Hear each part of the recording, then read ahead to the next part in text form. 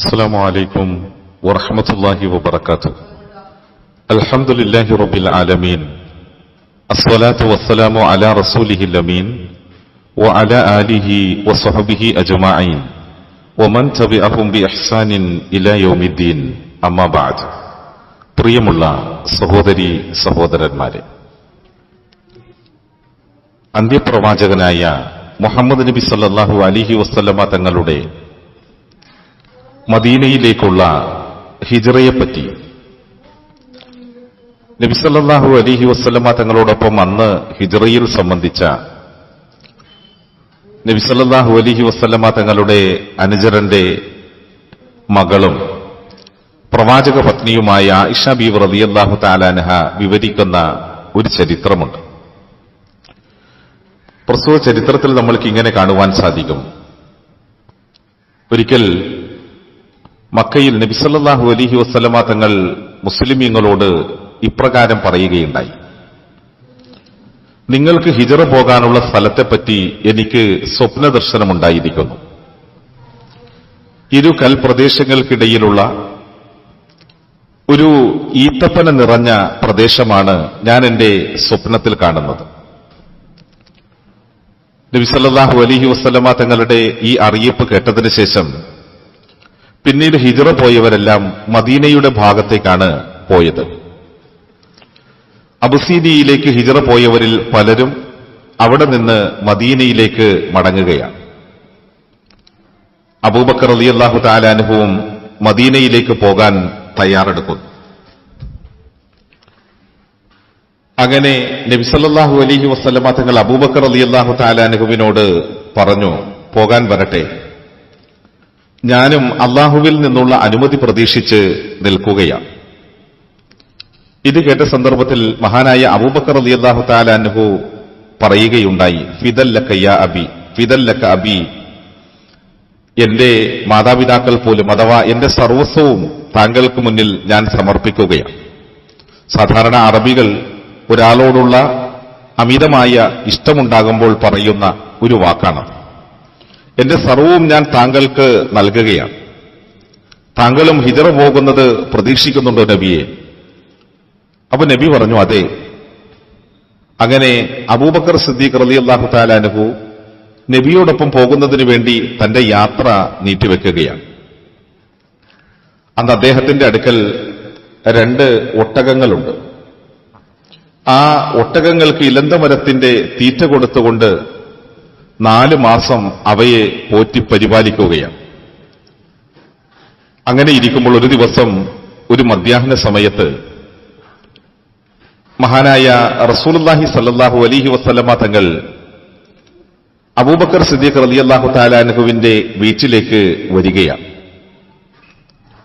അബൂബക്കർ റളിയല്ലാഹു തആല അൻഹുവിന് മനസ്സിലായി ഏതോ വലിയ കാര്യമാണ്. ഇല്ലെങ്കിൽ ഈ സമയത്ത് നബി ഇങ്ങോട്ട് വരാൻ സാധ്യതയില്ലല്ലോ.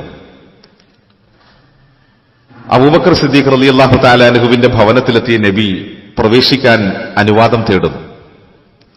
അനുവാദം ലഭിച്ച ഉടനെ വീട്ടിൽ കടന്ന അബൂബക്കർ സിദ്ദീഖ് റളിയല്ലാഹു തആല അൻഹുവിനോട് നബി സല്ലല്ലാഹു അലൈഹി വസല്ലമ തങ്ങൾ പറയുകയാണ്, ഹിജ്റ പോകാൻ എനിക്ക് അനുവാദം കിട്ടിയിരിക്കുകയാണ്.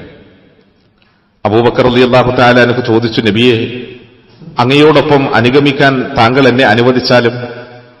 നബി പറഞ്ഞു, തീർച്ചയായും അതിന് അനുവാദമുണ്ട്.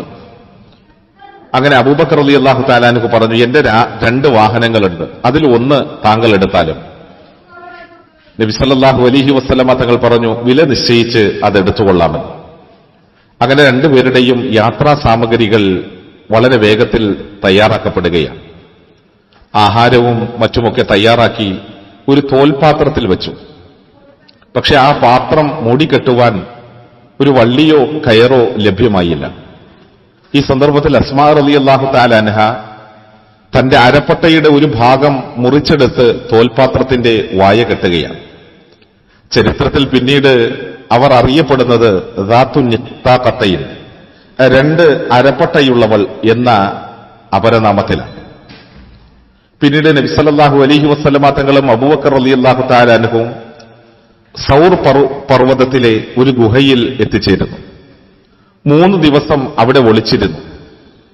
രാത്രിയാകുമ്പോ അബൂബക്കർ സിദ്ദീഖ് റളിയല്ലാഹു തആല അൻഹുവിന്റെ പുത്രൻ അബ്ദുള്ള അവരുടെ കൂടെ വന്ന് താമസിക്കും. അബ്ദുള്ള വളരെ കൂർമ്മബുദ്ധിയും സാമർഥ്യവുമുള്ള ഒരു യുവാവാണ്. പുലരും മുമ്പ് ഇരുളിന്റെ മറവിൽ അദ്ദേഹം അവിടെ നിന്ന് മടങ്ങുകയും ചെയ്യും. പ്രഭാതമാകുമ്പോൾ അദ്ദേഹം ഖുറൈശികൾക്കൊപ്പം രാപാർത്തവനെ പോലെ മക്കയിലെത്തിയിട്ടുണ്ടാകും. എന്നിട്ട് നബിക്കും അബൂബക്കറിനുമെതിരിൽ നടത്തപ്പെടുന്ന ഗൂഢതന്ത്രങ്ങൾ കേട്ട് മനസ്സിലാക്കി രാത്രി ഇരുട്ടുന്നതോടെ അവരിരുവർക്കും ആ വിവരങ്ങൾ എത്തിച്ചു കൊടുക്കും. അബൂബക്കറിന്റെ ദാസൻ ആമിർ ഇബ്നു ഫുഹൈറ അവർക്കുള്ള കറവയുള്ളതായ ഒരാടിനെ മേയിച്ചിരുന്നു. സന്ധ്യ മയങ്ങുന്നതോടെ അയാൾ ആ ആടുകളെ തെളിച്ചുകൊണ്ട് അവരുടെ അടുത്തെത്തിക്കും. ആ ആടിന്റെ പാൽ കഴിച്ചാണ് അവർ രാത്രി കഴിച്ചുകൂട്ടുന്നത്. അതായത് അവരുടെ കറവയാടിന്റെ ചൂട് കല്ലിട്ട് തിളപ്പിച്ച പാൽ. വെളുപ്പാൻ കാലത്ത് ഇരുട്ടിൽ ആടിനെയും തെളിച്ച് ആമിർ ഇബ്നു ഫുഹൈറ മടങ്ങുകയും ചെയ്യും. അങ്ങനെ ആ 3 രാവുകളിൽ ഓരോ രാത്രിയും അദ്ദേഹം അങ്ങനെ ചെയ്തു. നബിയും അബൂബക്കർ സിദ്ദീഖ് റളിയല്ലാഹു തആല അൻഹുവും ദീൽ ഗോത്രക്കാരനായ ഒരാളെ വഴികാട്ടിയായി കൂലിക്ക് വിളിച്ചിരുന്നു.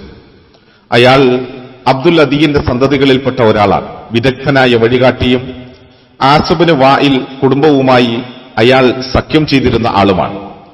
അയാൾ മതപരമായി മക്കാ മുശ്രിക്കുകളോടൊപ്പമാണ്. പക്ഷെ നബിയും അബൂബക്കറും അയാളിൽ വിശ്വാസം അർപ്പിക്കുന്നു. തങ്ങൾ ഇരുവരുടെയും വാഹനം അദ്ദേഹത്തെ ഏൽപ്പിച്ച് 3 ദിവസത്തിന് ശേഷം സൗർ ഗുഹയിൽ എത്തണമെന്ന് അയാളുമായി ഇരുവരും ഉടമ്പടിയുണ്ടാക്കി.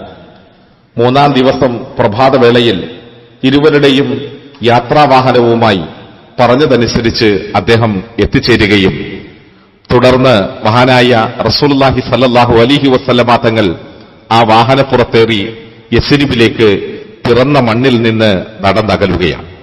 ചരിത്രത്തിൽ നിന്ന് ഗുണപാഠങ്ങൾ ഉൾക്കൊള്ളുക, വിശ്വാസത്തെ ദൃഢമാക്കി നിലനിർത്തുക. അല്ലാഹു അനുഗ്രഹിക്കട്ടെ. അസ്സലാമു അലൈക്കും വറഹ്മത്തുള്ളാഹി വബറകാതുഹു.